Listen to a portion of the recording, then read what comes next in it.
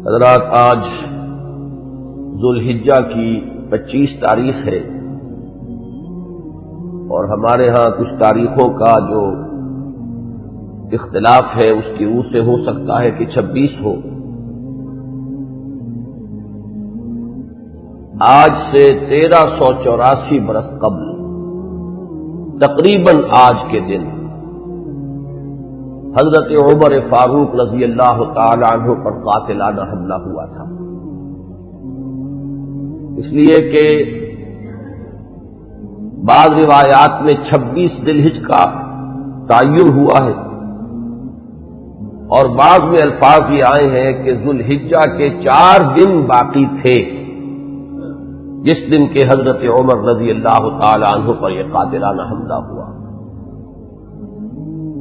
حج سے واپسی کو ابھی چند ہی دن ہوئے تھے اور اسی سفر حج کے دوران حضرت عمر رضی اللہ تعالی عنہ نے ایک موقع پر زمین پر لیٹ کر اور ہاتھ آسمان کی طرف پھیلا کر اللہ سے دعا کی تھی کہ پروردگار، میری ذمہ داریاں بہت بڑھ گئی ہیں، اب میرے اعضاء میں ضعف ہے، میں کمزوری محسوس کر رہا ہوں، رعیت بہت بڑھ گئی ہے جس کی ذمہ داری ہے، تو مجھے تو اپنے پاس بلا لے اور اٹھا لے اس سے پہلے کہ میں اپنی ان ذمہ داریوں کے بارے میں مسئول بن جاؤں اور ان کا حق ادا نہ کر سکوں۔ تو روایات میں آتا ہے کہ اس کے بعد چند ہی دن اس دنیا میں انہوں نے بسر کیے ہیں، اس کے بعد یہ قاتلانہ حملہ ہوا۔ 3 دن آپ زندگی اور موت کی کشمکش میں مبتلا رہے ہیں۔ ابو لولو فیروز ایک مجوسی ایرانی غلام تھا حضرت مغیرہ ابن شعبہ کا رضی اللہ تعالی عنہ۔ حضرت عمر نے خاص قاعدہ بنایا ہوا تھا، غیر مسلموں کے مدینے میں داخلے پر پابندی تھی۔ حضرت مغیرہ ابن شعبہ نے خاص طور پر سفارش کر کے حضرت عمر سے اجازت حاصل کی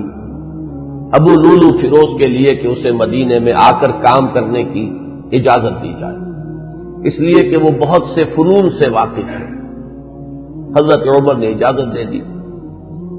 چند دنوں کے بعد وہ فریادی بن کر حاضر ہوا حضرت عمر رضی اللہ تعالیٰ عنہ کی خدمت میں کہ میرے آقا جو ہیں حضرت مغیرہ ابن شعبہ رضی اللہ تعالی عنہ وہ مجھ سے بہت زیادہ ٹیکس وصول کرتے ہیں۔ یعنی یہ معاملہ تھا کہ جو غلام ہوتے تھے وہ اپنا کام کرتے تھے لیکن اپنی آمدنی میں سے ایک حصہ وہ اپنے ان آقاؤں کو دیتے تھے کہ جن کی وہ غلامی میں تھے۔ تو حضرت مغیرہ ابن شعبہ نے جو مقدار مقرر کی 2 درہم روزانہ، اس پر اس نے احتجاج کیا کہ یہ بہت زیادہ ہے۔ حضرت عمر رضی اللہ تعالیٰ عنہ نے اس سے سوال کیا کہ تم کیا کیا کام جانتے ہو؟ جب اس نے گنوائے کہ میں یہ کام جانتا ہوں تو حضرت عمر نے فیصلہ کیا کہ پھر یہ 2 درہم روزانہ زیادہ نہیں۔ اس پر وہ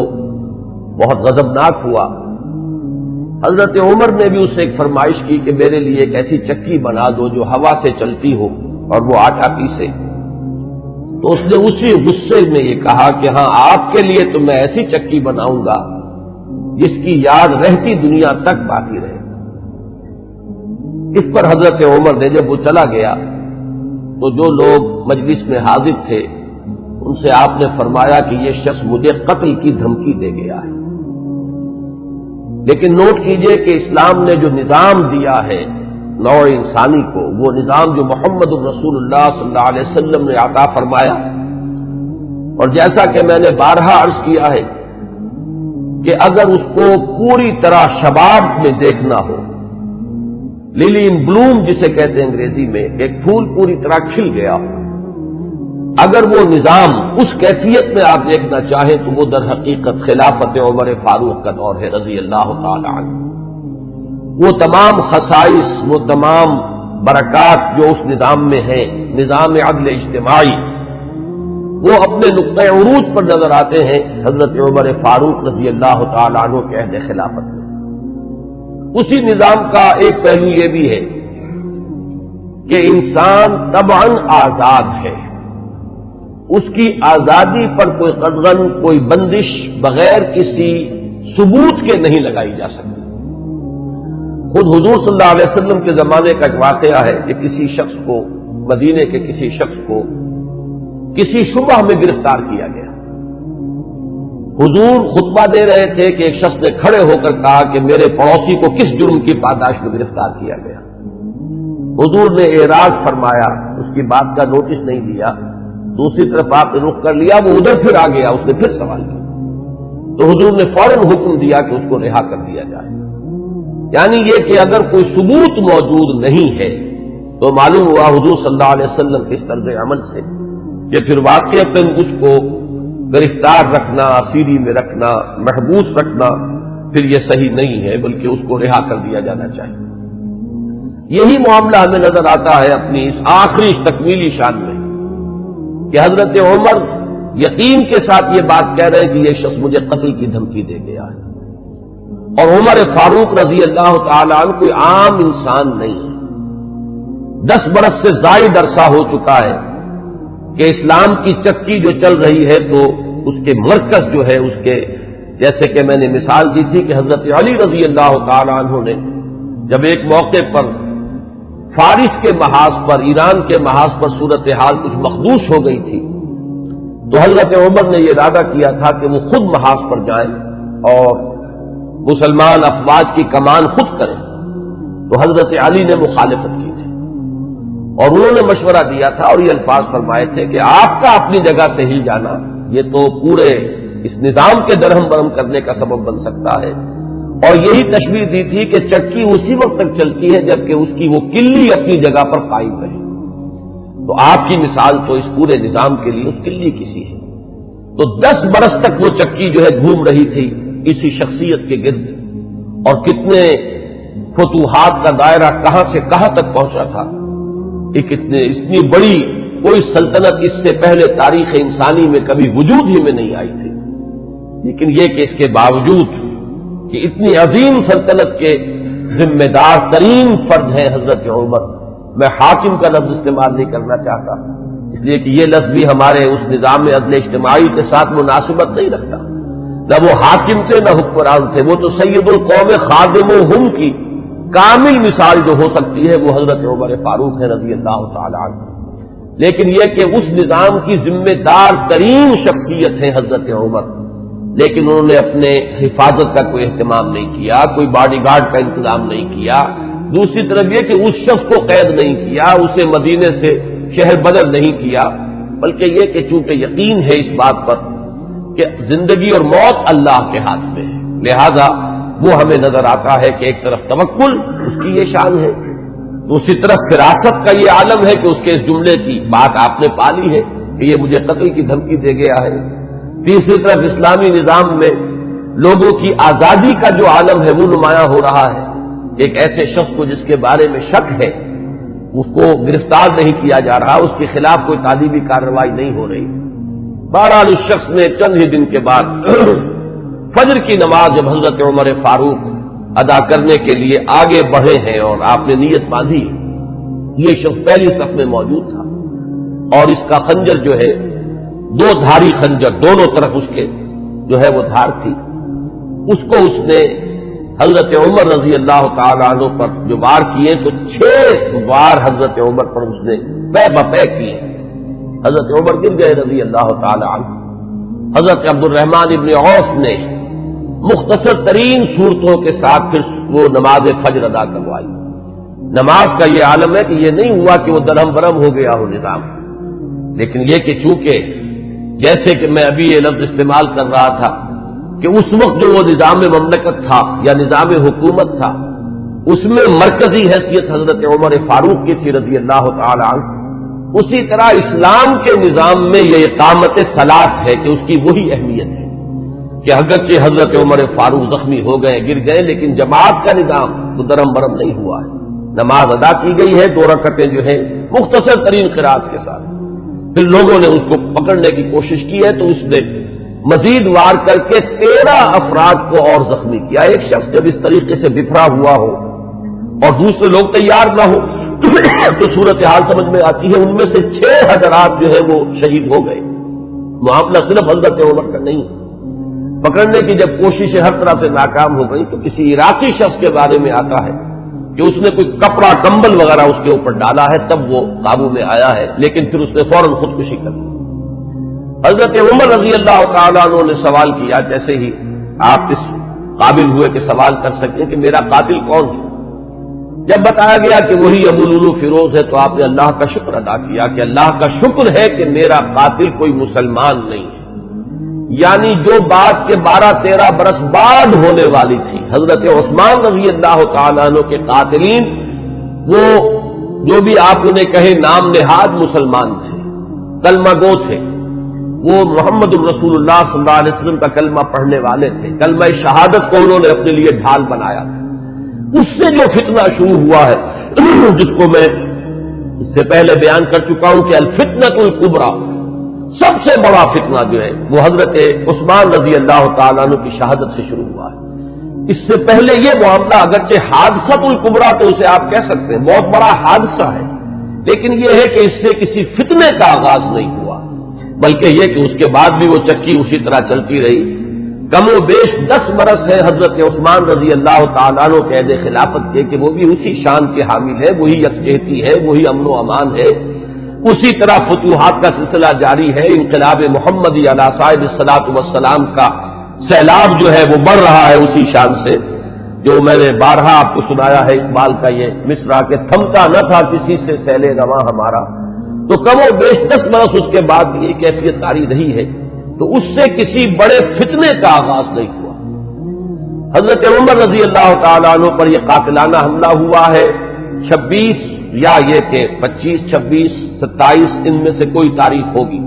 4 دن بقایا تھے۔ اب اگر 30 کا مہینہ ہو تو اس کی تاریخ اور بن جائے گی، 29 کا ہو تو کچھ بدل جائے گی، تقریباً وہ آج کا دن ہی پڑتا ہے، اور یہ ہے سن 23 ہجری۔ انتقال ہوا ہے تو پھر تدفین جو ہوئی، حضرت صہیب رومی رضی اللہ تعالی عنہ کے بارے میں وصیت تھی کہ وہ میری نماز جنازہ ادا کریں، اس کی امامت کریں، تو یکم محرم الحرام سن 24 ہجری کو تدفین ہوئی ہے۔ تدفین کا یہ واقعہ بھی بڑا اہم ہے، اور آپ سب حضرات کے علم میں ہوگا کہ حضرت عمر نے اپنے صاحبزادے عبداللہ ابن عمر رضی اللہ تعالی عنہما کو بھیجا حضرت عائشہ کی خدمت میں کہ میری بڑی خواہش ہے کہ آپ کے حجرے میں میں دفن ہو جاؤں جہاں محمد الرسول اللہ صلی اللہ علیہ وسلم اور حضرت ابوبکر صدیق رضی اللہ تعالی عنہ مدفون تھے۔ حضرت عائشہ نے فرمایا، اور اس سے جو مقام ان کی نگاہ میں تھا حضرت عمر کا وہ بھی ظاہر ہوتا ہے کہ کس طرح انہوں نے اثار کیا ہے، کس قدر ان کے لیے یہ مرحلہ کٹھن ہوگا فیصلے کا کہ اس حجرے میں صرف ایک قبر کی جگہ اور تھی۔ حضرت عائشہ نے فرمایا ام المومنین رضی اللہ تعالی عنہا کہ یہ جگہ میں نے اپنے لیے مخصوص کی ہوئی تھی، میں چاہتی تھی کہ میں خود یہاں دفن ہوں، اور اس میں کوئی حرج نہیں تھا، اس لیے کہ حضور دفن تھے وہاں، وہ آپ کے شوہر تھے، حضرت ابوبکر دفن تھے، وہ ان کے والد تھے، لیکن میں عمر کو اپنی ذات پر ترجیح دیتی ہوں، لہذا میں اجازت دیتی ہوں کہ حضرت عمر کو وہاں دفن کر دیا جائے۔ جب حضرت عمر کے پاس واپس آئے حضرت عبداللہ ابن عمر، اور آپ نے پوچھا ہے کہ کیا جواب لائے، اور جواب دیا گیا کہ اجازت ہو گئی ہے، تو فرمایا کہ یہ آخری آرزو تھی زندگی کی، اللہ کا شکر ہے کہ وہ پوری ہو گئی۔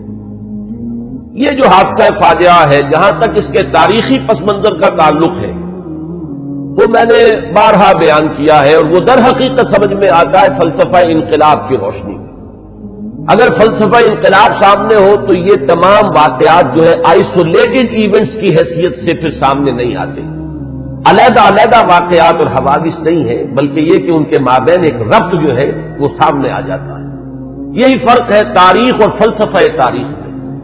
تاریخ اپنی جگہ ایک شعبہ علم ہے، اور فلسفہ تاریخ اپنی جگہ ایک مستقل فن ہے۔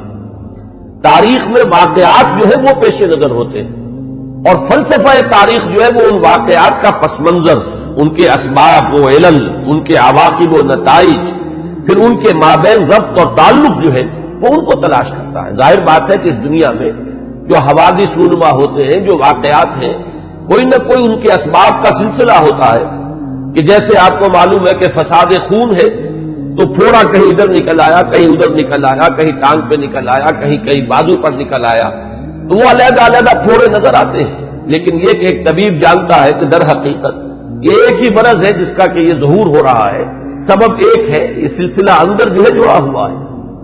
تو فلسفہ انقلاب کے حوالے سے جو باتیں میں بارہا عرض کر چکا ہوں، میرا اصل میں آج کا اصل موضوع وہ نہیں ہے. میں آج تو اذکار فاروقی رضی اللہ تعالی عنہ، حضرت عمر کی سیرت کے بعض پہلو اور ان کی عظمت کا کچھ بیان کرنا چاہتا ہوں. اور اس کے لیے بھی آج کی میری تقریر جو ہے بالکل مختلف ہوگی کہ میں باضابطہ یہ کتاب لے کر آیا ہوں تاریخ الخلفاء سیوطی کی رحمہ اللہ، اور اس سے میں کچھ احادیث، کچھ روایات پڑھ کر سنانا چاہتا ہوں، تاکہ صرف وہ ایک ہوائی قسم کی بات نہ ہو جو جس کے بارے میں یہ گمان کیا جائے کہ یہ کسی خطیب کی خطابت ہے یا کوئی لفاظی ہے، بلکہ الفاظ سامنے آئیں جو محمد الرسول اللہ صلی اللہ علیہ وسلم نے فرمائے یا جو اور دوسرے صحابہ کرام نے حضرت عمر کی شان میں بیان کیے ہیں. تو میں باضابطہ آج وہ عبارتیں آپ کو پڑھ کر سناؤں گا، لیکن اس وقت میں چند منٹوں میں دوہرا دیتا ہوں کہ وہ فلسفہ انقلاب کے حوالے سے بات کیا ہے کہ وہ اگر سامنے ہو تو یہ تمام واقعات جو ہے بالکل ایک سلسلے کی کڑیاں نظر آئیں گی. یہ میں نے بار عرض کیا ہے کہ انقلاب جو ہے اس کا خاصہ یہ ہے کہ پہلے وہ کسی ایک ملک میں آتا ہے اور ایک بڑی جان گسل ایک جد و جہد ہے اور بڑی طویل ایک جد و جہد ہے جس کے بعد انقلاب آتا ہے. اس لیے کہ انقلاب کے معنی چہروں یا ہاتھوں کا بدلنا نہیں ہے بلکہ نظام کا بدلنا ہے. نظام جب بدلتا ہے تو جو سابق نظام کے اندر جن لوگوں کے مفادات وابستہ ہوتے ہیں، جن کا ویسٹڈ انٹرسٹ ہوتا ہے، وہ کبھی یہ برداشت نہیں کرتے ایک طبقے کی حیثیت سے کہ ان کے مفادات پر کوئی زد پڑے. وہ اسٹیٹس کو چاہتے ہیں کہ جیسا ہے ویسا رہے، اس میں کوئی تبدیلی بنیادی طور پر اس نظام میں نہ آئے. یہ تو ہو جائے کوئی حرج نہیں کہ ایک چچا نہیں تو بھتیجا آ جائے، بھتیجا نہیں تو چچا آ جائے، ایک بھائی نہیں دوسرا بھائی برسر اقتدار آ جائے، ایک جاگیردار نہیں دوسرا جاگیردار آ جائے. بہرحال وہ اپنا ہی بھائی بند ہے، وہ جاگیرداروں کے مفادات ہی کو پیش نظر رکھے گا. ایک سرمایہ دار نہیں دوسرا سرمایہ دار آ جائے تو یہ تو ہو جائے کوئی حرج نہیں کہ گاؤں رفت اور خر آمد یا خر رفت و گاؤں آمد، اس میں کوئی حرج نہیں. لیکن کوئی بنیادی تبدیلی نہ ہو. انقلاب بنیادی طور پر نظام کو بدلتا ہے، لہذا بڑی زبردست جد و جہد اور کشمکش کے بعد یہ انقلاب دنیا میں آتا ہے. اس کے 6 مراحل میں نے بارہا بیان کیے. آخری چیز جو ہوتی ہے وہ یہ ہے کہ جب مخالف انقلاب قوتیں یہ دیکھتی ہیں کہ اب ہمارا بس نہیں چل رہا، یہ انقلاب تو اب جیسے آپ آج کل ایک الفاظ عوامی نعرے کے طور پر سنتے کہ آوے ہی آوے، کہ اب تو نظر آ رہا ہے کہ انقلاب تو آئے گا، اس کا کوئی راستہ روکنے والا نہیں ہے. تو آخری حربہ ان کا یہ ہوتا ہے کہ اس وقت وہ کونوں کھجروں میں دبک جاتے ہیں اور منتظر رہتے ہیں کہ پھر کبھی کوئی موقع آئے، کوئی بہت ہی مناسب موقع، کوئی اپارچن مومنٹ کہ اس پر پھر ہم ضربے کاری دوبارہ لگائیں. اس وقت دبک جاؤ، اس وقت جو ہے اپنے سر نیچے کر. اس کو کہتے ہیں کاؤنٹر ریولیوشنری موومنٹ. تو حضور صلی اللہ علیہ وسلم کی 20 سالہ جد و جہد کے نتیجے میں جب عرب میں انقلاب کی تکمیل ہو گئی تو مخالف انقلاب قوتوں نے بھی اس وقت جو ہے گردن جھکا دی. وہ منتظر تھے کہ پھر کوئی موقع آئے تو ہم کھڑے ہو جائیں اور پھر اس انقلاب کو ناکام کریں. یہ در حقیقت ہوا ہے پھر سیرت خلافت ابوبکر صدیق رضی اللہ تعالیٰ عنہ کے زمانے میں. حضور کا انتقال ہوا، مسلمانوں کے دل زخمی تھے، مسلمانوں کا مورال ظاہر بات ہے، اس کا آپ تصور کیجئے کتنا جو ہے اس وقت مجروح ہو چکا تھا. اس وقت پھر یہ قوتیں ابری ہیں. ایک طرف تو نئے مدعیان نبوت کھڑے ہو گئے اسلام کی بےخنی کے لیے، دوسری طرف زکوٰۃ کے مانعین منکرین زکوٰۃ. منکرین زکوٰۃ کا مطلب یہ نہیں ہے کہ انہوں نے زکوٰۃ کا انکار کیا تھا، صرف یہ کہتے تھے کہ ہم حکومت کو ادا نہیں کریں گے، اپنے طور پر کریں گے. یہ 2 قوتیں جو ابری ہیں دونوں کی دونوں اندرون ملک عرب سے ابری ہیں. کوئی باہر کی قوت اس میں نہیں تھی بلکہ اندرون ملک عرب، کیونکہ ابھی تک انقلاب کی تکمیل بھی تو عرب ہی کی حد تک ہوئی تھی. تو جو مخالف انقلاب قوتیں وہ بھی وہیں سے ابری. حضرت ابوبکر صدیق رضی اللہ تعالیٰ عنہ کے مناقب کا یہ بہت اہم باب ہے کہ ایک آئرن ول کے ساتھ، ایک آہنی عظیمت کے ساتھ، بلکہ یوں کہیے کہ کوہ ہمالیہ جیسی عظیمت کے ساتھ انہوں نے مقابلہ کیا اور ان تمام مخالف انقلاب تحریکوں کو اور قوتوں کو کچل کر اور پھر انہوں نے ذمہ داری جو ہے سنبھالی حضرت عمر فاروق کو، اور بہت جلد وہ تو اللہ تعالیٰ کے حضور میں اور محمد الرسول اللہ صلی اللہ علیہ وسلم کی رفاقت کے لیے وہ آخرت میں روانہ ہو گئے۔ اب جو دور آیا ہے جس کا آغاز حضرت ابو بکر کے زمانے میں ہوا تھا، ویسے تو یہ کہ غزوہ تبوک اور غزوہ موتا حضور کی حیات طیبہ میں ہوئے ہیں، لیکن ابھی تک کوئی فتوحات کا دائرہ جو ہے حضور کے زمانے میں نہیں تھا۔ حضرت ابو بکر کے زمانے میں فتوحات کا معاملہ شروع ہوا، شام میں پیش قدمی ہوئی، کچھ عراق کے اندر بھی پیش قدمی ہوئی۔ یہ شام عرب، عراق عرب، اصل میں یہ عرب ہی کے ملک کے حصے ہیں جن پر کے چونکہ زرخیز علاقے تھے تو اس وقت کی دو سپر پاورز نے قبضہ کیا ہوا تھا۔ شام عرب پر قبضہ تھا سلطنت روما کا، اور عراق عرب پر قبضہ تھا سلطنت فارس کا، تو اصل میں تو یہ عرب علاقے تھے۔ بہرحال حضرت ابوبکر صدیق کے زمانے میں فتوحات ہوئی، کچھ شام میں کچھ عراق میں۔ پھر اصل جو فتوحات کا سیلاب تھا وہ حضرت عمر کے زمانے میں آگے آیا ہے، اور اس میں آپ کو معلوم ہے پورا شام فتح ہوا، پورا ایران فتح ہوا، اور کہاں سے کہاں تک حدود پہنچ گئے۔ اب جو مخالف انقلاب قوتیں ابھری ہیں، ظاہر بات ہے کہ وہ اب بیرون سے تھیں۔ ایک اندرون سے سازش، یہودی سازش عبداللہ ابن سبا کی، اور دوسری طرف یہ کہ عجمی انتقام، اس لیے کہ جہاں تک تعلق ہے سلطنت روما کا، ایک تو یہ کہ وہ بالکل ختم نہیں ہوئی تھی، ابھی اس کے شمالی افریقہ کے مقبوضات بھی بقایا تھے، ابھی اس کے پاس جس کو آپ ایشیا مائنر کہتے ہیں، ایشیائی کوچک، وہ بھی باقی تھا، اس کے اور یورپین مقبوضات بھی ابھی باقی تھے، تو وہ بالکل ختم نہیں ہوئی تھی۔ صرف یہ ہے کہ یوں سمجھیے کہ ایک ٹانگ اس کی ٹوٹ گئی تھی کہ ویسٹ ایشیا سے تقریباً اسے بے دخل کر دیا گیا، جبکہ سلطنت ایران کا معاملہ یہ کہ وہ تو بالکل ختم ہو گئی، اس کی دھجیاں اڑ گئیں، اس کا کوئی وجود نہیں رہا۔ وہ جو سلسلہ چلا آ رہا تھا ان کے ہاں ایک شہنشاہی سلسلہ، وہ ختم ہو کر رہ گیا۔ اس اعتبار سے جو اصل رد عمل ہوا ہے اس مرحلے پر وہ ایران کی طرف سے ہوا ہے۔ ایرانی ویسے بھی شاہ پرست اور نسل پرست لوگ ہیں، ان کے اندر اپنی نسل کی برتری کا اور عربوں کی تحقیر کا جذبہ جو ہے یہ ہمیشہ سے پایا جاتا ہے کہ عربوں کو وہ کچھ تسلیم کرنے کو تیار ہی نہیں تھے۔ اب جب حضرت عمر کے ہاتھوں یہ معاملہ ہوا اور سلطنت کسریٰ جو ہے پارا پارا ہو گئی اور اس کا سلسلہ ختم ہو گیا، تو در حقیقت اب دوسرا انتقام جو ہے وہ آیا ہے یہ باہر سے۔ اور یہ جو معاملہ تھا حضرت عمر کی شہادت کا، یہ کوئی آئسولیٹڈ فیکٹ نہیں ہے، آئسولیٹڈ ایونٹ نہیں ہے، اگرچہ جیسے اس کو میں نے بیان کیا واقعات تو یہی ہیں، اس سے زیادہ جو ہے اس کا کوئی ثبوت تو تاریخ کے اندر جو ہے ہمیں نہیں مل سکے گا، لیکن یہ ہے کہ یہ سب کو معلوم ہے کہ جو گورنر تھا ایک ایرانی، وہ اس کی پشت پر تھا، اور اس گورنر ہی کی شہ پر اس نے یہ سارا اقدام کیا ہے، اور مجوسی تھا، ایرانی تھا، اس نے انتقام لیا ہے حضرت عمر فاروق رضی اللہ تعالی عنہ سے۔ اس کے بعد یہ بات آگے بڑھی، اور جیسا کہ میں نے عرض کیا کہ پھر یہودی سازش بھی جب سامنے آئی ہے، اور پھر یہودی سازش اور عجمی انتقام، یہ دونوں نے مل کر پھر وہ شکل اختیار کی ہے کہ جو الفتنۃ الکبریٰ حضرت عثمان رضی اللہ تعالیٰ عنہ کی شہادت جو جس کا نتیجہ نکلی۔ تو اگر اس کو آپ سمجھیں گے تو یہ بالکل سمجھ میں آنے والی بات ہے، یہ کوئی ایسا نہیں ہے کہ کوئی بالکل ہی یعنی انوکھی باتیں ہو، بلکہ یہ سمجھ میں آنے والی باتیں ہیں، تاریخ کے یہ حقائق ہیں، ان اصولوں کو سامنے رکھا جائے تو ہر چیز اپنے صحیح پرسپیکٹو میں نظر آ جاتی ہے۔ لیکن جیسا کہ میں نے عرض کیا، میں آج اس سلسلے میں کچھ زیادہ عرض نہیں کرنا چاہتا، میں یہ چاہتا ہوں کہ حضرت عمر کے مناقب میں آج آپ کو باضابطہ کچھ روایات پڑھ کر سناؤں اور ان کے ترجمے کے حوالے سے بات آپ کے سامنے رکھوں۔ سب سے پہلی بات ان کی شخصیت کے ضمن میں یہ ہے کہ اگرچہ ایک روایت تو یہ بھی ملتی ہے، علامہ ذہبی نے یہ رائے ظاہر کی ہے کہ حضرت عمر جب ایمان لائے ہیں تو ان کی عمر 27 برس تھی رضی اللہ تعالیٰ عنہ، لیکن یہ کہ غالباً انہیں مغالطہ ہوا ہے۔ امام نووی رحمہ اللہ نے جو کچھ لکھا ہے وہ میں پڑھ کر سنا رہا ہوں۔ ولد عمر بعد الفیل ب13 سنہ، حضرت عمر رضی اللہ تعالیٰ عنہ کی ولادت ہوئی ہے عام فیل کے 13 سال بعد۔ یہ آپ کو معلوم ہوگا کہ عام الفیل جو ہے، جس سال کے ابرہہ نے حملہ کیا تھا خانہ کعبہ پر، وہ آیا تھا لے کر مکے پر چڑھائی کے لیے اپنے ہاتھیوں کے ساتھ اپنا ایک لشکر جرار لے کر آیا تھا،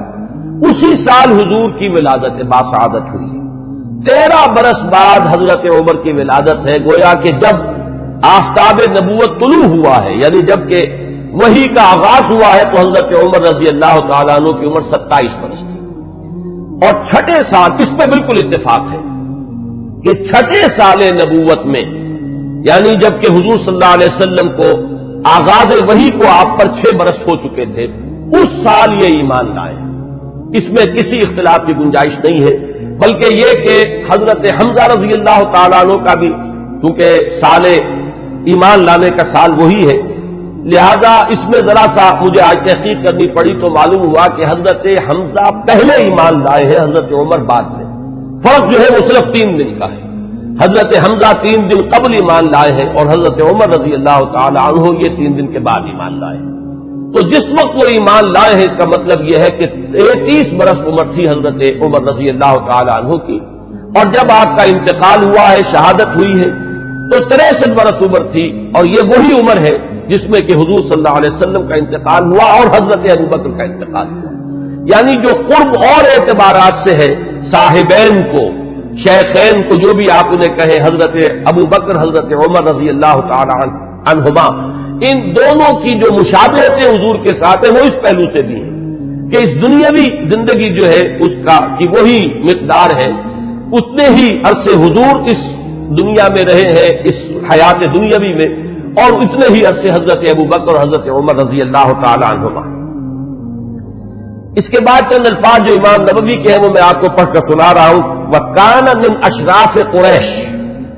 قریش کے انتہائی جو باعزت گھرانے ہیں ان میں سے ان کا تعلق ہے، یہ بنو عدی سے تعلق رکھتے تھے، اور 8ویں پشت میں حضور کے ساتھ سلسلہ نسب حضرت عمر فاروق رضی اللہ تعالیٰ عنہ کا مل جاتا ہے۔ وَإِلَيْهِ كَانَتِ السِّفَارَةُ فِي الْجَاهِلِيَّةِ، اب ان کا جو مقام جاہلیت میں تھا، اس میں بھی سمجھیے ایام جاہلیت سے مراد ہے اسلام لانے سے پہلے جو ان کا مقام اپنے اس نظام میں تھا جو قبائلی نظام تھا عرب کے اندر، قریش میں ان کی حیثیت کیا تھی؟ تو وَإِلَيْهِ كَانَتِ السِّفَارَةُ فِي الْجَاهِلِيَّةِ كَانَتْ قُرَيْشُ إِذَا وَقَعَتِ الْحَرْبُ بَيْنَهُمْ أَوْ بَيْنَهُمْ وَبَيْنَ غَيْرِهِمْ بَعَثُوا سَفِيرًا أي رسولا وإذا نافرهم منافر أو فاخرهم مفاخر بعثوه منافرا أو مفاخرا۔ اب یہ قبائلی زندگی کا پورا نقشہ اس عبارت میں آ گیا ہے کہ جہاں کہیں کوئی جنگ ہوتی تھی، جھگڑا ہوتا تھا قریش کا خود اپنے اندر دو گھرانوں کے مابین، یا قریش کا بحیثیت قبیلہ کسی دوسرے قبیلے سے، تو حضرت عمر کو سفیر کی حیثیت سے بھیجا جاتا تھا، یہ ان کا مقام ہے۔ اور اگر کہیں کوئی مفاخرت ہو جاتی تھی، کہیں کسی بڑے شاعر اور خطیب نے کھڑے ہو کر وہ اپنے قبیلے کے جو ہے مفاخر بیان کیے، تو وہاں پر پھر مقابلے کے لیے بھی، اس تفاخر کے لیے بھی حضرت عمر کو بھیجا جاتا تھا۔ تو یہ ان کا مقام اپنی زندگی میں تھا۔ یہیں پر نوٹ کر لیجئے کہ حضرت ابوبکر صدیق رضی اللہ تعالیٰ عنہ کے بارے میں بھی میں نے آپ کو بتایا کہ اسلام لانے سے قبل قریش میں ان کا یہ مقام تھا کہ دیت کے فیصلے وہ کرتے تھے۔ قبائلی زندگی میں سب سے زیادہ نازک معاملہ ہوتا ہے مقدمات قتل کا فیصلہ، اور ظاہر بات ہے کہ اگر کہیں اپنے گھرانوں کے اندر ہی قتل کا معاملہ ہو گیا ہے تو جان کے بدلے جان کے بجائے اس میں کوشش کی جاتی تھی کہ جو بھی خون بہا ہے وہ دے کر تو جو قاتل ہے کیونکہ اپنے ہی قبیلے کا فرد ہے اس کی جان بچائی جائے۔ اب اس میں تعین کرنا کہ کتنا خون بہا ہو،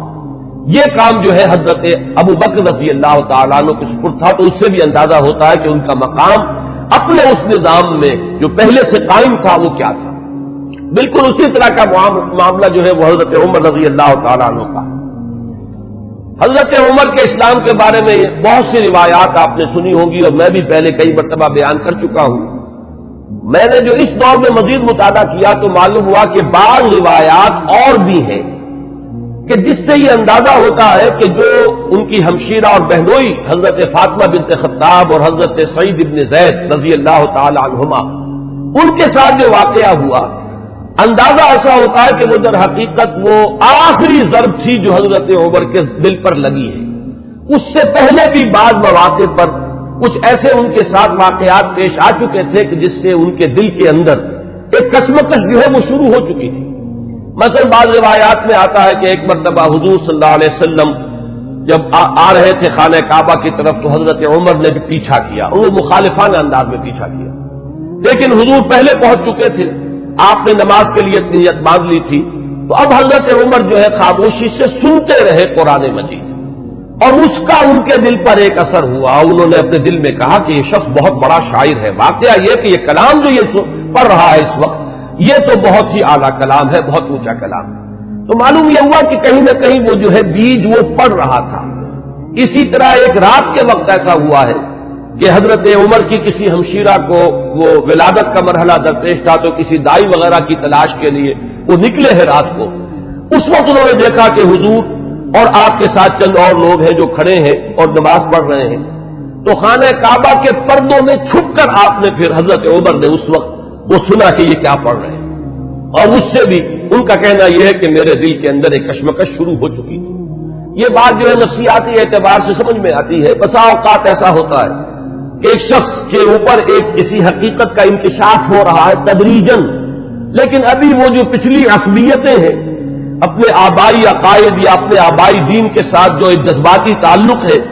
وہ ابھی اتنا مضبوط ہے کہ ریزسٹ کر رہا ہے، اندر ہی اندر وہ کشمکش جو ہے وہ جاری ہے۔ لیکن ان روایات سے یہ معلوم ہوتا ہے کہ وہ واحد واقعہ نہیں ہے جو اس وقت ہوا،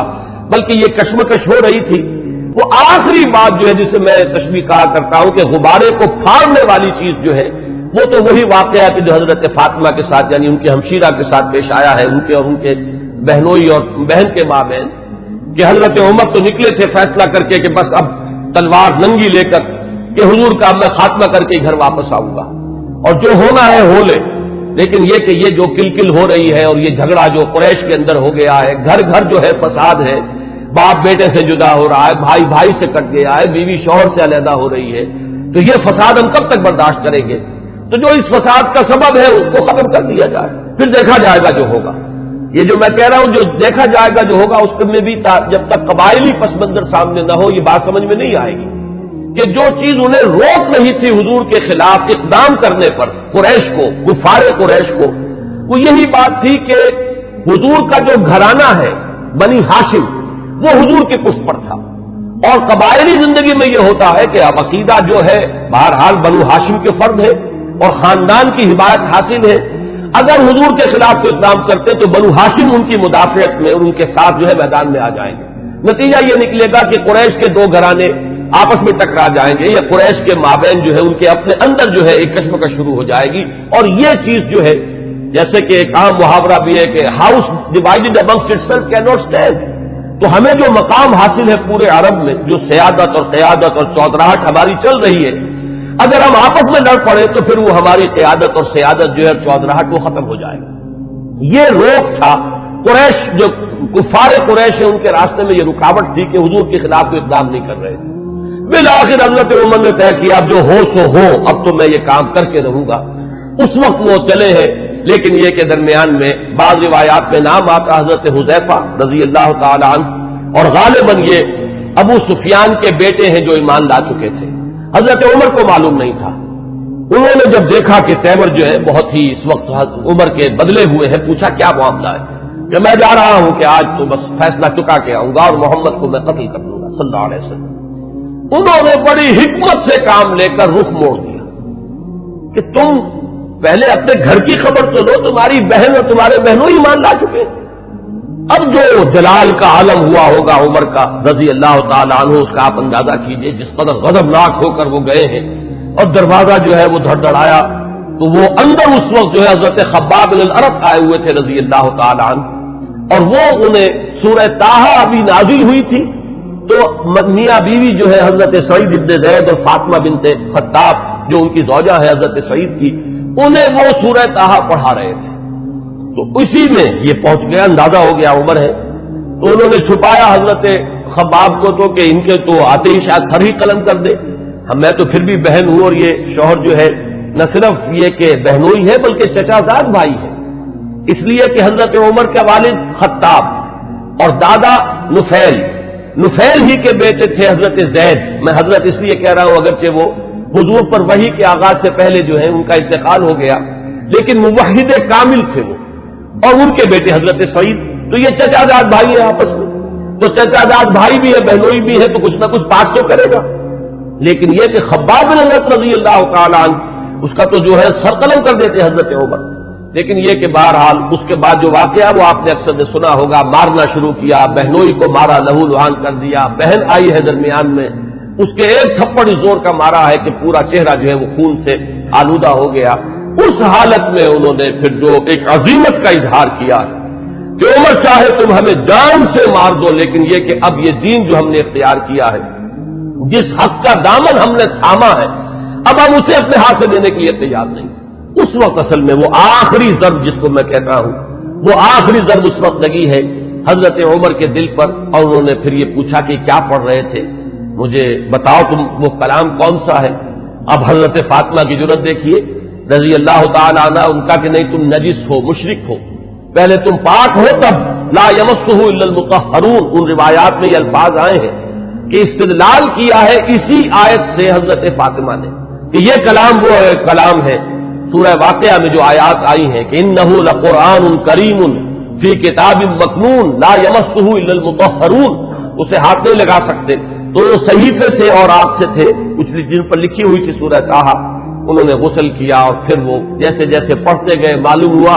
کہ وہ حجابات جو رہے سہے تھے وہ بھی اترتے چلے گئے، تانا بانا جو ہے دل دھلتا چلا گیا، اور وہ پھر اس کے بعد حاضر ہوئے ہیں تو دروازے پر بیت ارقم میں جہاں حضور اس وقت مقیم تھے، دروازے پر حضرت حمزہ کا نام بھی آتا ہے کہ حضرت حمزہ بھی وہاں پہرے پر تھے جبکہ حضرت عمر پہنچے ہیں، لیکن یہ کہ پھر وہ ایمان لائے۔ تو یہ واقعہ جو ہے اور حضرت عمر کے مزاج کے بارے میں، یہ صدیقین اور شہداء اور ان کے خاص مزاج، یہ میں تفصیلاً پہلے بیان کر چکا ہوں، اس لیے اسے نہیں دہرا رہا۔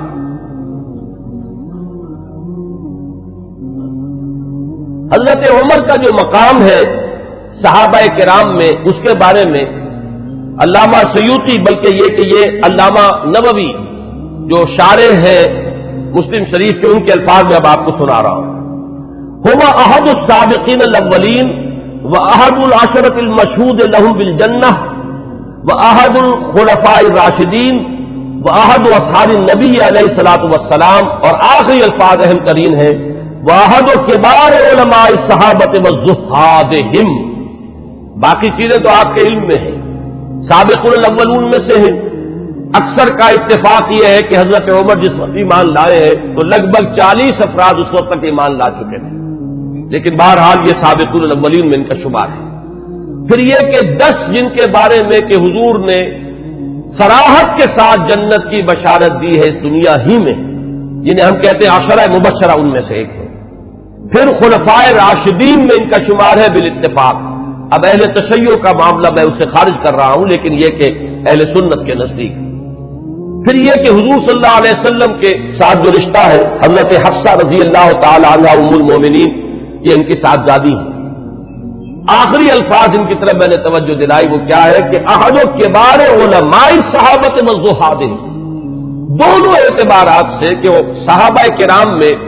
جو مختلف اوصاف کے اعتبار سے تقسیم کی جاتی ہے، مثلا بعض فقہائے صحابہ، علماء صحابہ، وہ صحابہ کے جن کو علم سے، تفقہ سے، قرآن اور سنت کے گہرے فہم سے خصوصی مناسبت تھی،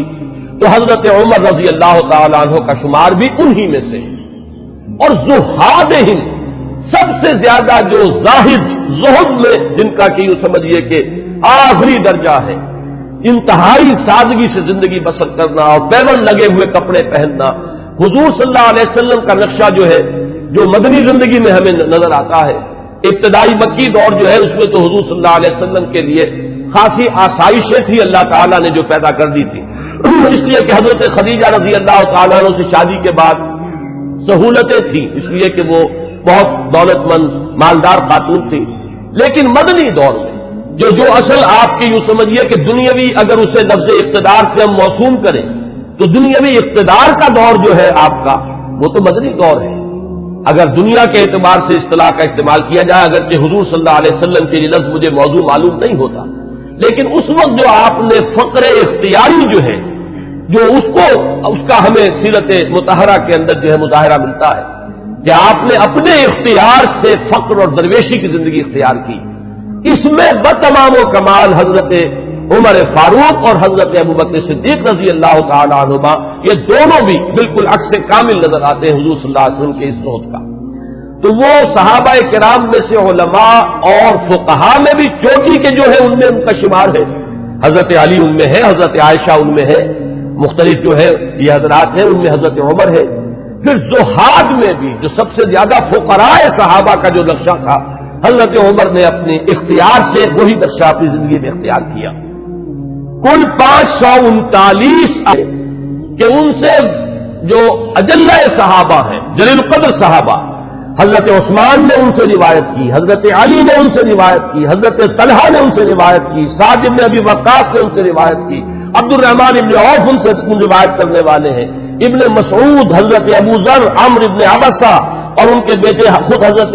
عمر کے صاحبزادے عبداللہ، ابن عباس، ابن زبیر، انس، ابو ہریرہ اور عمرو بن العاص، ابو موسیٰ اشعری، یہ صحابہ کرام ہیں جنہوں نے حضرت عمر سے روایت کی۔ بات سمجھ لیجئے کہ ظاہر بات ہے کہ حضور کی صحبت میں ہر وقت تمام صحابہ تو نہیں رہتے تھے۔ اب ایک وقت میں حضرت عمر ہے اور حضرت عمر نے حضور سے کوئی بات سنی ہے، باقی صحابہ اس وقت موجود نہیں ہے، تو صحابہ بھی ایک دوسرے سے روایت کرتے ہیں۔ یہ نہیں ہے کہ صحابی سے صرف تابعی روایت کرے گا، بلکہ صحابہ بھی کہ جو ایک دوسرے سے جو روایت کرتے ہیں کہ جو بات ان صحابی نے جو راوی ہے حضور سے براہ راست سنی اور وہ صحابی کے جو اس محفل میں نہیں تھے، تو ظاہر بات ہے کہ وہ پھر روایت کریں گے ان صحابی سے کہ جو حضور کی محفل میں تھے، جنہوں نے وہ الفاظ حضور صلی اللہ علیہ وسلم کی زبان مبارک سے خود سنے۔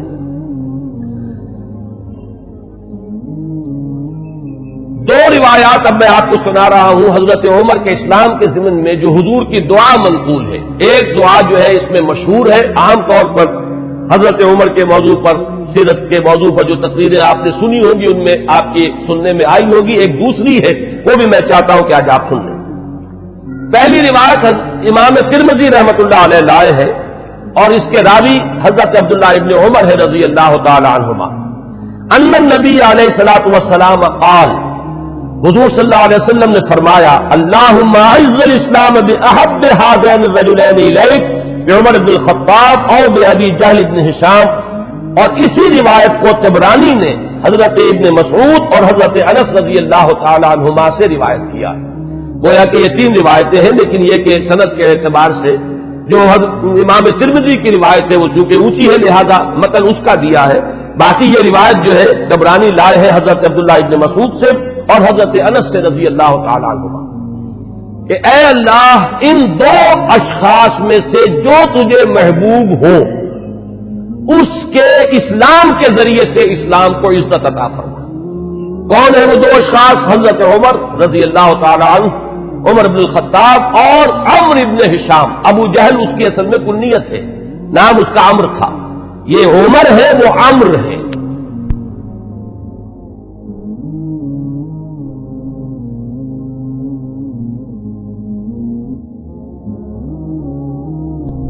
عمرو بن العاص،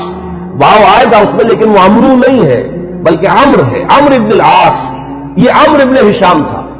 میں اس سے پہلے بیان کر چکا ہوں کہ حضور نے ان دونوں کو کیوں سامنے رکھا، یہ ذہن میں رکھیے، اس کو میں اس وقت یہاں بیان نہیں کروں گا کہ شخصی اوصاف کے اعتبار سے شجاعت، بہادری، جس چیز کو تسلیم کر لے پھر اس کے لیے گردن کٹوانے کے لیے تیار ہو جانا۔ ایک وہ لوگ ہوتے ہیں جو حقیقت کو تسلیم بھی کر لیتے ہیں لیکن یہ کہ پھر بھی وہ آگے نہیں بڑھتے، پیچھے ہی رہتے، بچ بچ کر چلتے ہیں اور وہ اپنا دامن جو ہے بچا کر جو ہے کسی چیز کا ساتھ بھی دیتے ہیں تو تحفظات کے ساتھ دیتے ہیں۔ ایک وہ لوگ ہوتے ہیں جو بات قبول کر لے پھر ہر کے بعد آباد، اب گردن بھی کٹوا دیں گے، جان دے دیں گے۔ ان اعتبارات سے مشابہت ہے حضرت عمر کی شخصیت میں اور ابو جہل کی شخصیت میں، اس نے بھی گردن کٹوا دی بالفعل اپنے اس دین باطل کے لیے، اور اس کی جو وہ کیفیت ہے وہ بارہا میرے بیان میں آپ سن چکے ہیں کہ جب گردن کاٹی جا رہی تھی تب بھی اس نے یہ کہا تھا کہ میری ذرا نیچے سے گردن کاٹنا تاکہ جب اس کو اب تم رکھو چڑھاؤ کسی نیزے کے اوپر تو اونچی نظر آئے، معلوم ہو کسی سردار کی گردن۔ تو یہ مزاج حضرت عمر کا بھی اسلام لانے سے پہلے مزاج یہی تھا، پہلوان آدمی تھے تو کاش کے میلوں میں شہزوری کا مظاہرہ کیا کرتے تھے، کشتیاں کیا کرتے تھے۔ اور یہ امتزاج جو حضرت علی رضی اللہ تعالیٰ عنہ میں ہمیں نظر آتا ہے کہ وہ شجاع بھی تھے اور بہت بڑے عالم بھی تھے، یہی امتزاج حضرت عمر کی شخصیت میں، انتہائی شجاع، بہادر، میدان کے مرد، کشتیاں لڑنے والے، مقابلہ کرنے والے، اور پھر یہ کہ بہت بڑے ماہر انصاب، یہ بہت بڑا علم تھا اس وقت، بہت بڑے ناقد اور جو اشعار کے محاسن ہیں ان کو پرکھنے والے، اس کے بارے میں رائے دینے والے، اور فقہا میں تو پھر جو ان کا مقام ہے وہ آپ کو معلوم ہی ہے کہ یہ صلاحیتیں بھی تمام و کمال، کہ علمی اور ذہنی صلاحیتیں بھی، اور پھر عملی جو ہے معاملہ وہ تو ازل من الشمس ہے ہی۔ تو اس اعتبار سے ابو جہل ایک پہلو سے مشابہ تھا اگر وہ بھی ایمان لے آتا. اور سورہ علق جو ہے قرآن مجید کے 30ویں پارے میں، جس میں شروع میں 5 آیتیں وہ ہے کہ جو تقریباً اجماع ہے کہ وہ اولین وحی ہے جو حضور پر ہوئی ہے، اس میں جس شخص کا ذکر ہے وہ یہی ابو جہل ہے کہ اگر یہ شخص ایمان لے آتا تو کیا ہوتا.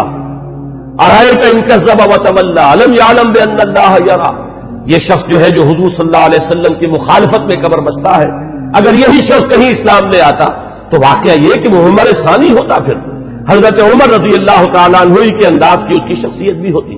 تو یہ روایت جو ہے یہ تو بارہا آپ نے سنی ہوگی. اب ایک اور روایت میں آپ کو سنا رہا ہوں. اس کو امام حاکم نے حضرت عبداللہ ابن عباس رضی اللہ تعالیٰ عنہما سے روایت کیا ہے، اور اس کو امام طبرانی بھی لائے ہیں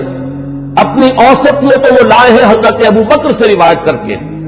اور اپنی کبیر جو ہے معجم الکبیر اس میں یہ حدیث ثوبان کی حیثیت سے آئی ہے. اس کے الفاظ سنیے. عن ابن عباس رضی اللہ تعالی عنہما ان النبی صلی اللہ علیہ وسلم قال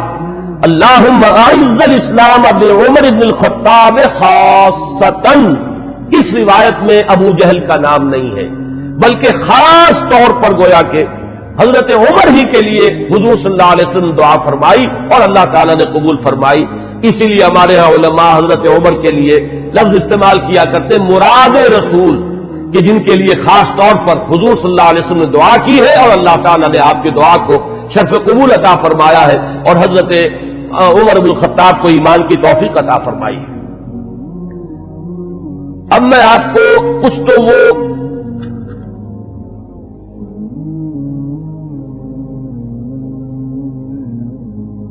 اس سے پہلے کہ میں حضور صلی اللہ علیہ وسلم نے جو مناقب بیان فرمائے ہیں حضرت عمر کے وہ بیان کروں، چند اقوال بعض صحابہ کے. اخرج ابن سعد عن ذکوان قال قلت لعائشہ من سمى عمر الفاروق قالت النبی صلی اللہ علیہ وسلم. یہ ابن سعد طبقات ابن سعد کی روایت ہے ذکوان سے.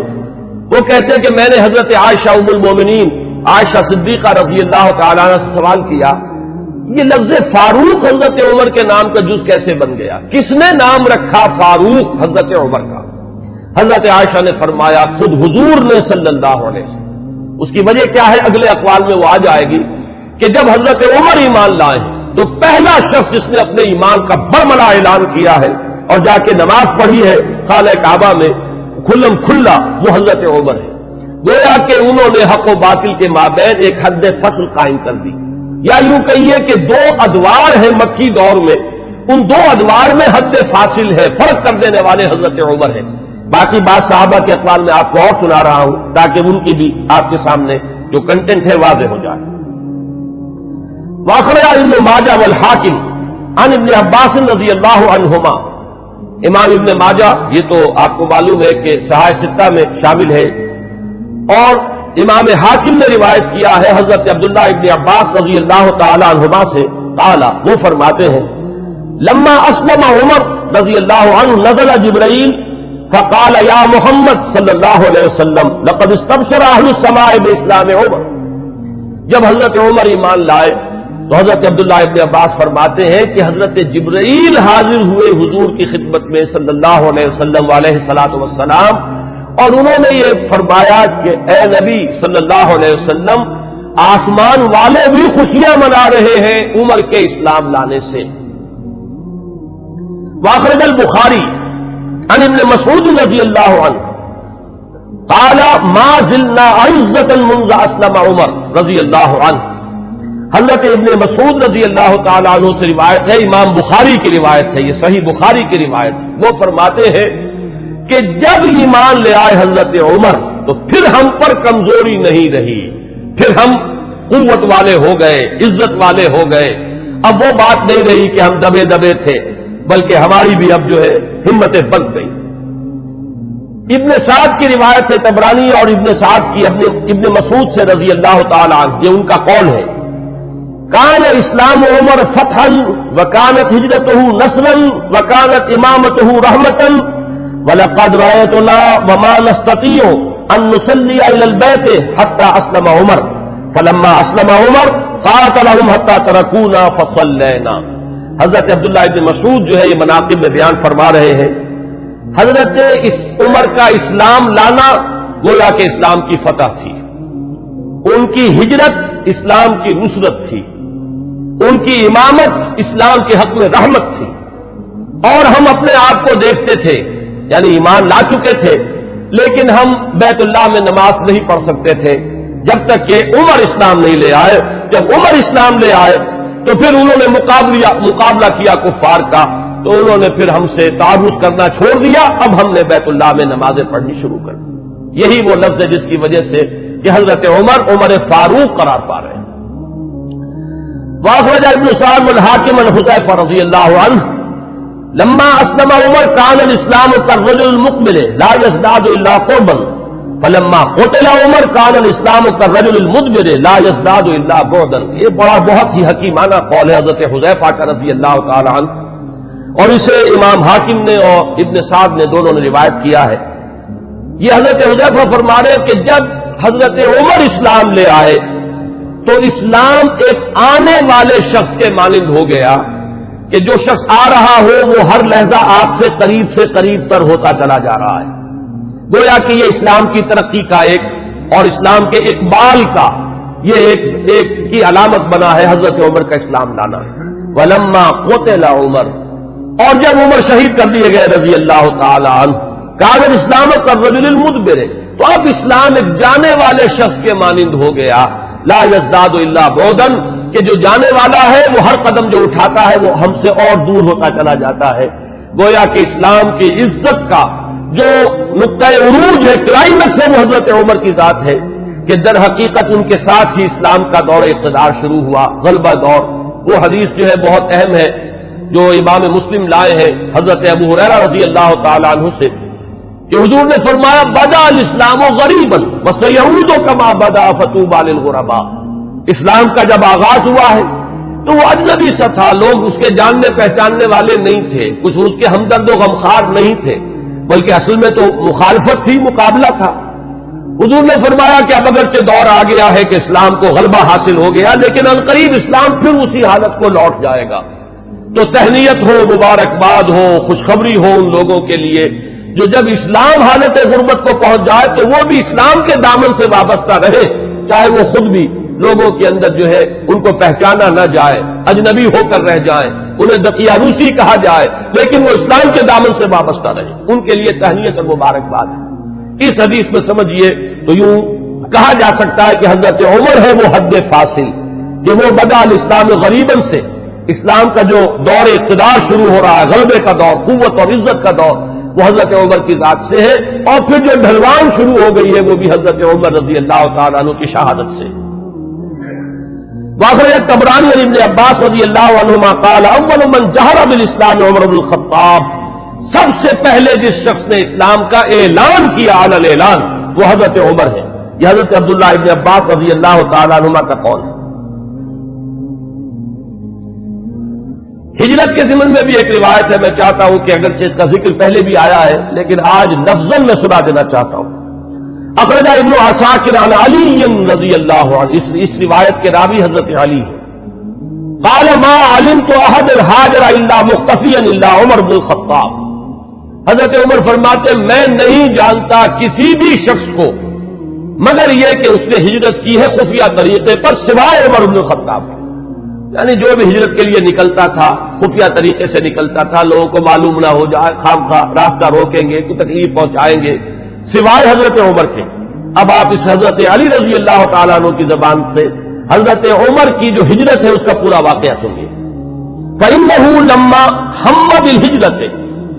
اس لیے کہ جب حضرت عمر نے ارادہ کیا ہجرت کا، تَقَلَّدَ سَيْفَهُ، تو انہوں نے اپنی جو ہے تلوار جو ہے وہ لی، گردن میں ڈالی، وَتَنَكَّبَ قَوْسَهُ، اپنی کمان جو ہے وہ اپنے کندھے میں ڈالی،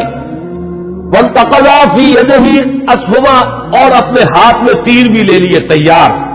کہ کمان سے کے ساتھ جو ہے وہ تیر جو ہے ہاتھ میں موجود ہو۔ وَأَتَى الْكَعْبَةَ، اور آئے وہ مسجد حرام میں کعبے کے پاس، وَأَشْرَافُ قُرَيْشٍ بِفِنَائِهَا، اور قریش کے بڑے بڑے سردار جو ہے وہ کعبے کے صحن میں، یہی جس وقت مسجد حرام کہلاتی ہے، خانہ کعبہ تو وہی گھر ہے، اس کے ساتھ جو صحن ہے یہ فنا ہے اس کا صحن ہے۔ فطاف سبعا، تو 7 چکر لگائے حضرت عمر رضی اللہ تعالیٰ عنہ نے اسی کیفیت کے اندر خانہ کعبہ کے. ساتھ ہی آپ کو معلوم ہوگا اشواط ہوتے ہیں جب عمرے کے لیے یا حج کے اندر جب بھی وہ طواف کیا جاتا تو ساتھ ہے. ثم صلی رکعتین عند المقام، پھر مقام ابراہیم کے پاس آ کر پورے سکون سے 2 رکعتیں پڑھی. ثم اتی حلقہم واحد واحدۃ، پھر جو لوگ بیٹھے ہوئے تھے ایک ایک کے پاس آ کر انہوں نے کہا فقالت شاہد الوجوہ، لوگ چہرے جو ہے وہ کملا گئے، عزت ختم ہوئی. اور اس کے بعد فرمایا من اراد ان تسکنہ امہ او ییتم ولدہ او ترمل زوجتہ، جس شخص کی بھی یہ خواہش ہو کہ اسے روئے اس کی ماں اور یتیم ہو جائے اس کے بچے اور بیوہ ہو جائے اس کی بیوی، فلیلقنی وراء ھذا الوادی، تو وہ آئے اور اس وادی کے پیچھے ذرا مجھ سے مقابلہ کر لے. یہ اعلان کر کے ذرا الفاظ غور کیجئے، جس کا بھی ارادہ ہو، جو چاہتا ہو کہ اسے اس کی ماں روئے اور اس کے بچے یتیم ہو جائیں اور اس کی بیویاں یا بیوی جو ہے وہ بیوہ ہو جائے، تو ذرا آ جائے میرا مقابلہ کر لے. فرمایا حضرت علی فرماتے فما تبعہ منہم احد، ان میں سے کسی کو یہ جرأت نہیں ہوئی کہ وہ حضرت عمر کا پیچھا کرتا. اس کے بعد اب چند احادیث میں آپ کو سنا رہا ہوں جو حضرت عمر کی شان میں، اگرچہ امام سیوطی نے تو یہ بہت سے اس میں نقل کیے ہیں، لیکن میں یہ چاہتا ہوں کہ صرف صحاح کی جو روایات ہے وہ آپ کو سناؤں. باقی یہ کہ ابن عساکر اور حاکم مختلف اور طبرانی یہ جو یعنی کتابیں حدیث کی ہیں جن کا درجہ بہرحال وہ نہیں ہے، وہ آپ میں سے جس کو بھی شوق ہوگا وہ اس کو اپنے طور پر مطالعہ کر لے گا. لیکن یہ روایات جو ہیں یہ تو متفق علیہ. اخرج الشیخان عن ابی ہریرہ رضی اللہ عنہ، اب یہ حضرت امام بخاری اور امام مسلم دونوں کی یعنی کا اتفاق ہے اس روایت پر. قال، حضرت ابو ہریرہ فرماتے ہیں قال النبی علیہ الصلوۃ والسلام، حضور صلی اللہ علیہ وسلم نے فرمایا بین انا نائم، کہ اسی اثناء میں کہ میں سویا ہوا تھا، رأیتنی فی الجنہ، میں نے اپنے آپ کو جنت میں پایا. یہ خواب کا ذکر فرما رہے حضور. فَإِذَا امْرَأَةٌ تَتَوَجَّهُ إِلَىٰ جَانِبِ قَصْرٍ، تو میں نے دیکھا کہ ایک عورت، ایک خاتون ہے، ایک بہت بڑا قصر ہے، محل ہے، اس کے ساتھ کوئی لان ہوگا، پائن باغ ہوگا، اس میں وہ وضو کر رہی ہیں. قُلْتُ لِمَنْ هَٰذَا الْقَصْرُ، میں نے پوچھا، فرشتوں سے پوچھا ہوگا آپ نے، کس کا ہے یہ محل؟ قالوا لعمر، تو مجھے بتایا گیا کہ یہ عمر کا محل ہے. فذکرت غیرتک، اب یہ بات بھی حضور فرما رہے حضرت عمر سے کہ عمر اس وقت مجھے تمہاری غیرت کا احساس ہوا کہ گویا کہ وہ تمہاری زوجہ ہیں جنت میں جن کو میں نے دیکھا، تو مجھے اندازہ ہوا تمہاری تو بڑی غیرت ہے تمہاری طبیعت میں کہ میں نے تمہاری بیوی کو دیکھا اس وقت. تو حضرت فرمایا تو مدبرن، تو میں تمہاری غیرت کا خیال کر کے فوراً وہاں سے پلٹ گیا، ہٹ گیا. فبکا عمر، حضرت عمر اس پر رو پڑے. وقال علیک غبار یا رسول اللہ، تو انہوں نے فرمایا کہ حضور کیا میں آپ سے غیرت کروں گا؟ کیا اس کا کوئی امکان ہے کہ میری غیرت جو ہے وہ آپ کے معاملے کے اندر اس طریقے سے جاگے؟ بہرحال اس حدیث نے حضرت عمر کا جو مقام ہے اس کو واضح کیا.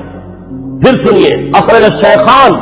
عن ابن عمر ان رسول اللہ صلی اللہ علیہ وسلم قال، یہ بھی متفق علیہ روایت ہے. حضور نے فرمایا بین انا نائم شربت،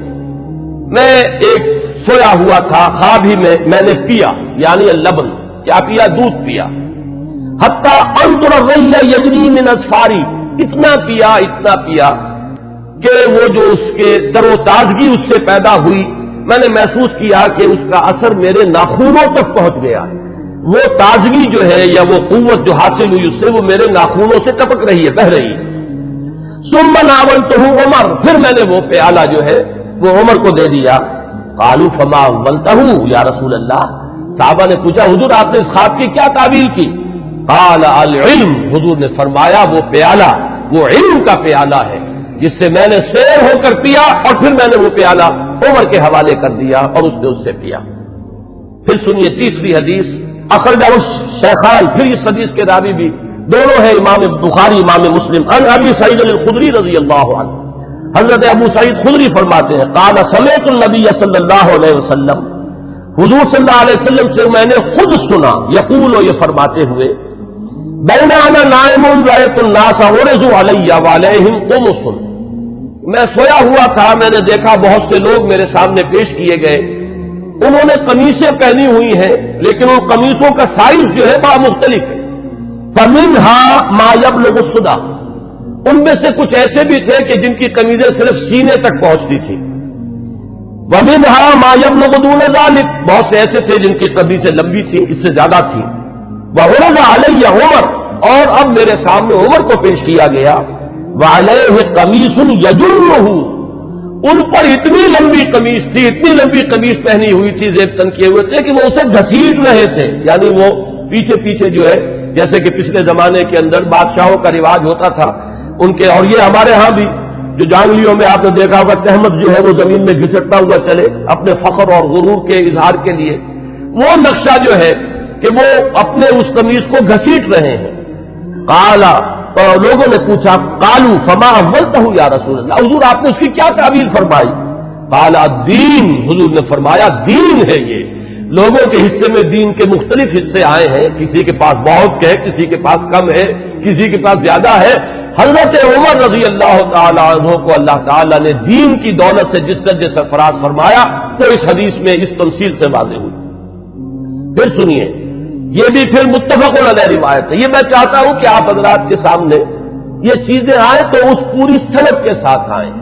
کس درجے کی یہ روایات ہے، یہ کہانیاں نہیں ہیں، یہ صرف زور خطابت نہیں ہے کہ جو لوگ اپنے انداز کے اندر آپ حضرات کے سامنے بیان کرتے ہوں، بلکہ یہ کہ یہ حقائق ہے وہ کہ جو ہمارے ہاں مستند ترین، اب ظاہر بات ہے کہ قرآن کے بعد مستند ترین ہمارے ہاں تو یہی دو کتابیں ہیں، صحیحین، صحیح بخاری اور صحیح مسلم، اس میں کسی کو بھی اہل سنت میں کسی شک و شبے کی گنجائش نہیں، اور ان کی یہ متفق علیہ روایات ہے۔ اس کے راوی حضرت سعد بن ابی وقاص رضی اللہ تعالی عنہ قال قال النبی علیہ الصلوۃ والسلام یا ابن الخطاب، حضرت سعد بن ابی وقاص فرماتے ہیں کہ حضور صلی اللہ علیہ وسلم نے فرمایا، اے خطاب کے بیٹے رضی اللہ عنہ، والذی نفسی بیدہ ما لقیک الشیطان سالکا فجا قط الا سلک فجا غیر فجک، اے خطاب کے بیٹے میں یہ دیکھتا ہوں کہ جس راستے سے تو چل رہا ہوتا ہے شیطان جو ہے اس راستے سے کمی کترا کر کسی اور گھاٹی سے نکل جاتا ہے، یعنی وہ آمنا سامنا کرنے کی قوت نہیں رکھتا ہے اے عمر تمہارے ساتھ۔ اب روایت جو ہے یہ صرف بخاری کی ہے، متفق علیہ نہیں، لیکن اصح الکتب بعد کتاب اللہ تو یہ صحیح بخاری ہے۔ عن ابی ہریرہ قال النبی علیہ الصلوۃ والسلام لقد كان فيما قبلكم من الامم ناس محدثون فإن يكن في امتي احد فإنه عمر،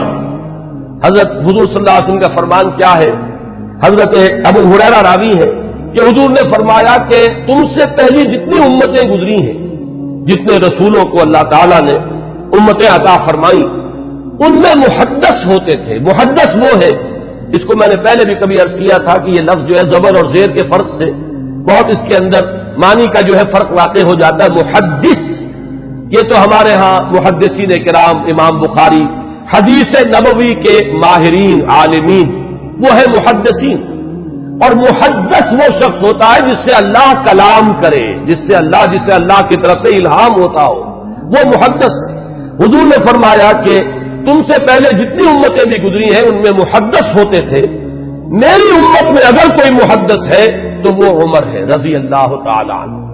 اس کا ایک بڑا گہرا تعلق ہے کہ کتنی چیزیں، کتنے معاملات ہیں، اگرچہ میں نے نشان تو اور بہت سی روایات کے اوپر بھی لگائے ہوئے ہیں، لیکن میں سمجھتا ہوں کہ میں اسی پر اکتفا کروں۔ البتہ ایک چیز جو ہے حضرت عمر رضی اللہ تعالیٰ عنہ کے مناقب میں جو اہم ترین ہے وہ میں چاہتا ہوں کہ ذرا چند منٹ اور لے کر آپ کے سامنے بیان کر دوں، اور وہ اسی سے کہ محدث اس شخص کو کہتے ہیں جس سے اللہ ہم کلام ہوتا ہو، جس پر الہام ہوتا ہو، جس کا ملأ اعلیٰ کے ساتھ اتنا گہرا روحانی تعلق ہو، جس کی ذہنی مناسبت ہو کہ جو بات جو ہے دین میں ابھی آئی نہیں ہے وہ بھی حضرت عمر رضی اللہ تعالیٰ عنہ کے مزاج کی مناسبت سے ان پر منکشف ہو جاتی تھی۔ چنانچہ آپ نے خطبوں میں، ہمارے ہاں اہل سنت کے خطبوں میں جب مختلف نام لیے جاتے ہیں خلفائے راشدین کے تو ہر ایک کی شان میں کچھ الفاظ بارہا آپ نے سنے ہوں گے۔ چنانچہ حضرت ابوبکر کے بارے میں الفاظ آتے ہیں کہ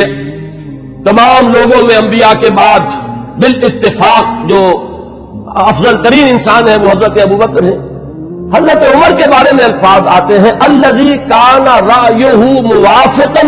بالوحی والکتاب، عمر بن الخطاب رضی اللہ عنہ. اس میں چونکہ کچھ قافیہ بھی ملانے کی جن حضرات نے بھی یہ خطبہ مرتب کیا ہے، عربی زبان میں چونکہ اس کی بھی ایک اہمیت ہے، صوتی آہنگ ہوتا ہے، تو کچھ قافیے بھی ملائے گئے ہیں. جامع آیات القرآن عثمان ابن عفان رضی اللہ تعالیٰ عنہ. اس طریقے سے تو حضرت عمر کے بارے میں یہ الفاظ آپ نے بہت سنے ہوں گے کہ الذی کان رأیہ موافقا بالوحی والکتاب، وہ شخص کے جس کی رائے وحی اور کتاب کے موافق تھی. میں نے ایک مرتبہ یہ عرض کیا تھا اور آج پھر جسارت کر رہا ہوں کہ غیر شعوری طور پر ان الفاظ نے حضرت عمر کا درجہ گھٹا دیا ہے، اس لیے کہ یہ شان تو ہر صحابی کی ہے. ہو ہی نہیں سکتا کہ وحی اور کتاب کے موافق ان کی رائے نہ ہو. جب وحی اور کتاب آ گئی تو اب کسی صحابی کی یہ شان ہے ہی نہیں. جیسے کہ قرآن مجید میں فرمایا گیا کہ ما کان لمؤمن ولا مؤمنۃ اذا قضى الله امرا ان يكون له الخيرة في امره. جب اللہ اور اس کے رسول کی طرف سے کوئی فیصلہ صادر کر دیا جائے پھر کسی مومن اور مومنہ کے لیے یہ ممکن ہی نہیں ہے کہ اس کے بعد بھی وہ کوئی اپنا اختیار سمجھے اور اپنی کوئی رائے علیحدہ رکھے. تو اس حد تک تو حضرت عمر کی بات بھی اگر ہے تو وہ تو تمام صحابہ کے ساتھ ہے. اصل شان تو یہ ہے کہ الذی کان الوحی والکتاب موافقا برأیہ. حضرت عمر کی شان یہ ہے کہ وحی اور کتاب نازل ہوئی ہے ان کی رائے کی موافقت میں. ایک رائے ان کی طرف سے پہلے آئی ہے اور کلام اللہ میں وہ حکم اس کے مطابق نازل ہو گیا ہے. ظاہر بات ہے کہ اس کا سبب نزول یہ نہیں ہے کہ حضرت عمر نے یہ فرمایا معاذ اللہ، لیکن یہ کہ وہ موافقت نزول سے قبل کی مناسبت، وہ ذہنی اور باطنی اور روحانی اور قلبی جو مناسبت حضرت عمر کو حاصل تھی اس حقیقت کے ساتھ، اس کی وجہ سے جو بات آپ کے ذہن میں آتی تھی اسی کے مطابق قرآن مجید میں پھر حکم نازل ہو جاتا تھا. امام عبداللہ شیبانی نے 21 اس کی مثالیں دی ہیں، جس کو کہ یہاں اس وقت جو ہے میں ظاہر بات ہے کہ نقل نہیں کر سکتا. ان میں سے 5-6 جو بہت اہم ہیں وہ میں گنوا رہا ہوں. سب سے پہلی بات یہ کہ حضرت عمر نے یہ فرمایا تھا، عرض کیا تھا حضور صلی اللہ علیہ وسلم سے لَاتَّخَذْنَا مِن مقام ابراہیم مصلی. حضور کیا ہی اچھا ہو اگر ہم مقام ابراہیم کو اپنی جائے نماز بنائیں، ہم یہاں پر نماز ادا کیا کریں. فنزلت، اور اس کے بعد یہ آیت نازل ہو گئی وَاتَّخِذُوا مِن مقام ابراہیم مصلی. یہ الفاظ جو ہے تقریباً بالکل وہی ہے کہ جو الفاظ حضرت عمر نے اپنے قول میں استعمال کیے تھے بالکل اسی کے مطابق یہ وہی نازل ہوئی. اسی طرح دوسری بات حضرت عمر ہے جنہوں نے حضور صلی اللہ علیہ وسلم سے فرمایا، عرض کیا تھا یا رسول اللہ يدخل على نسائك البر والفاجر فلو امرتهن ان يحتجبن، کہ حضور آپ کے گھروں میں مومن بھی آتے ہیں، منافق بھی آ جاتے ہیں، نیک بھی آتے ہیں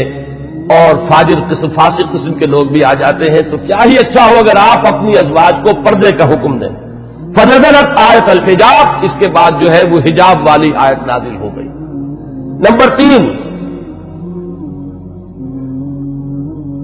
واجتماع نساء النبی علیہ الصلوۃ والسلام فی الغیرہ. قلت، حضرت عمر یہ فرماتے ہیں کہ جب حضور صلی اللہ علیہ وسلم کی ازواج مطہرات نے وہ ایک ایکا کر لیا تھا، یہ واقعہ ہے جو آتا ہے سیرت میں، حضور صلی اللہ علیہ وسلم سے نان نفقے کے مطالبے کے لیے کہ کچھ ہمارا بھی جو ہے روزینہ بڑھا دیا جائے، کچھ ہمارے لیے بھی وسعت ہو جانی چاہیے. جیسے حضرت فاطمہ حاضر ہوئی تھی حضور کی خدمت میں کہ اب تو عام لوگوں کے گھروں کے اندر جو ہے بڑی خوشحالی ہے تو مجھے بھی کوئی کنیز یا غلام عنایت ہو جائے. اسی طرح ازواج مطہرات کا معاملہ ہے، انہوں نے بھی اسی دلیل سے کہ اب تو عام لوگوں کے گھروں کے اندر بڑی خوشحالی ہو گئی ہے تو کچھ نہ کچھ ہمیں بھی وسعت اور کشادگی کا انتظام کر دیا جائے. تو جب یہ معاملہ ہوا تو حضرت عمر نے یہ کہا تھا، جو الفاظ فرمائے تھے اس کے مطابق وہ آیت نازل ہوئی عسى ربه ان طلقكن ان يبدله ازواجا خيرا منكن. یہ تیسری مثال ہے. چوتھی مثال، بدر کے اسیروں کے ضمن میں جب مشورہ ہوا حضرت عمر کی رائے یہ تھی کہ ان سب کو قتل کیا جائے. نہ صرف یہ کہ قتل کیا جائے بلکہ جو بھی رشتہ دار ہو کسی اسیر کا مسلمانوں میں سے قریب ترین رشتہ دار وہ اپنے ہاتھ سے اسے قتل کرے. اگرچہ حضور صلی اللہ علیہ وسلم پر تو آپ کو معلوم ہے کہ غلبہ تھا، رافت، رحمت، شفقت، نرمی. اسی لیے قرآن مجید میں 2 جگہ وہ آیت نازل ہوئی ہے کہ حضور سے فرمایا اللہ نے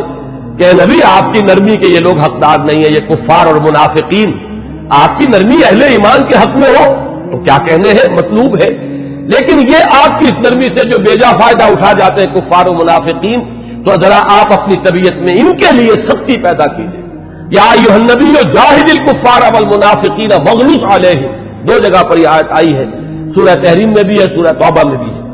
تو وہی بات جو ہے یہاں پر ہوئی تھی کہ حضور کی طبیعت میں بھی غلبہ تھا، اور حضرت ابوبکر انتہائی رقیق القلب،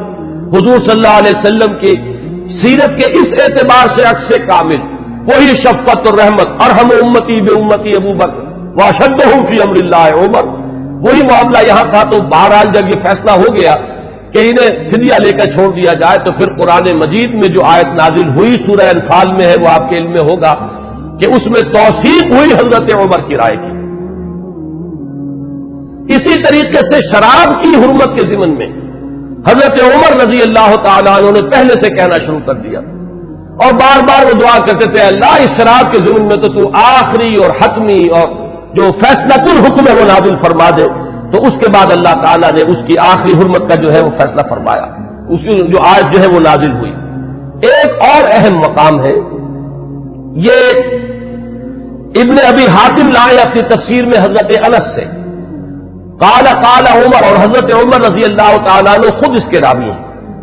وافقت ربی فی اربعین، یہاں حضرت عمر فرما رہے ہیں چار چیزوں میں میرے رب کے ساتھ میری کامل موافقت ہو گئی، کہ جو بات میرے ذہن میں آئی، بلکہ یہاں تو میں جو مثال دے رہا ہوں جو زبان پر آ گئی حضرت عمر کے، بالکل وہی جو ہے وہی کے اندر الفاظ نازل ہو گئے۔ وہ فرماتے ہیں کہ نزلت هذه الآیہ، جب یہ آیت نازل ہوئی، یہ سورہ مومنون میں ہے، وَلَقَدْ خَلَقْنَا الْإِنسَانَ مِنْ سُلَالَةٍ مِنْ طِينٍ ثُمَّ جَعَلْنَاهُ نُطْفَةً فِي قَرَارٍ مَكِينٍ ثُمَّ خَلَقْنَا النُّطْفَةَ عَلَقَةً فَخَلَقْنَا الْعَلَقَةَ مُضْغَةً فَخَلَقْنَا الْمُضْغَةَ عِظَامًا فَكَسَوْنَا الْعِظَامَ لَحْمًا ثُمَّ أَنشَأْنَاهُ خَلْقًا آخَرَ۔ جب یہ آیات نازل ہوئی تو میری زبان پر فوراً الفاظ جاری ہو گئے، فَتَبَارَكَ اللَّهُ أَحْسَنُ الْخَالِقِينَ، اور بین ہی یہی الفاظ بعد میں قرآن مجید میں بھی وحی کے ذریعے سے نازل ہو گئے۔ یہ میں نے صرف آپ کو 6 مثالیں سنائی ہیں، 21 مثالیں ہیں اس طرح کی کہ جو عبداللہ شیبانی رحمہ اللہ نے اپنی کتاب میں جو ہے اس کو درج کیا ہے، کہ بالکل ذہن میں سمجھیے کہ ایک ذہن ہے، ایک مزاج ہے، ہم آہنگی ہے، حقیقت تک اتنی رسائی ہو چکی ہے، اتنا قرب ہو چکا ہے کہ بالکل سوچ وہی ہے، بلکہ یہ کہ نزول کے بعد تو ظاہر بات ہے کہ ہر صحابی کی وہی سوچ ہوتی تھی، لیکن یہ ہے کہ پہلے سے ذہن کا اس درجے ہم آہنگی اختیار کر لینا،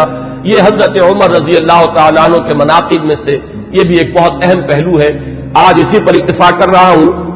آئندہ کے بارے میں میرا ایک خیال ہے، جمعے کی ان تقاریر کے ضمن میں ایک رہتا ہے مسئلہ کہ اب کس موضوع کو اختیار کیا جائے۔ میرا ارادہ یہ ہے کہ آئندہ سے جو سب سے اہم اور بنیادی موضوع ہے ہمارے دین کا، ایمان اور اس کی حقیقت اور اس کے لوازم اور اس کے تقاضے، اور اس میں بڑی اہم بحثیں ہیں کہ ایمان کا عمل سے کوئی تعلق ہے یا نہیں، اور ہے تو کیا ہے، ایمان کا لازمی نتیجہ جہاد ہے یا نہیں، وہ اس کے لیے کیا دلیل ہے، ایمان کا مادہ کیا ہے، اس کے لفظی معنی کیا ہے۔ میں انشاءاللہ تعالیٰ ایک سلسلہ تقاریر اس موضوع پر شروع کروں گا، تاکہ جو بنیادی ہمارے دینی تصورات ہیں ان میں اگر کہیں کوئی کمی ہے تو وہ اللہ تعالیٰ اس کے ذریعے سے پوری کر دے، اور پھر ہمارے اندر وہ جذبہ ابھرے کہ جو ایمان کے اصل تقاضے ہیں ان کو ہم ادا کرنے کے لیے کمر بستہ ہو جائیں۔ اقول قولی ھذا واستغفر اللہ لی ولکم ولسائر المسلمین والمسلمات۔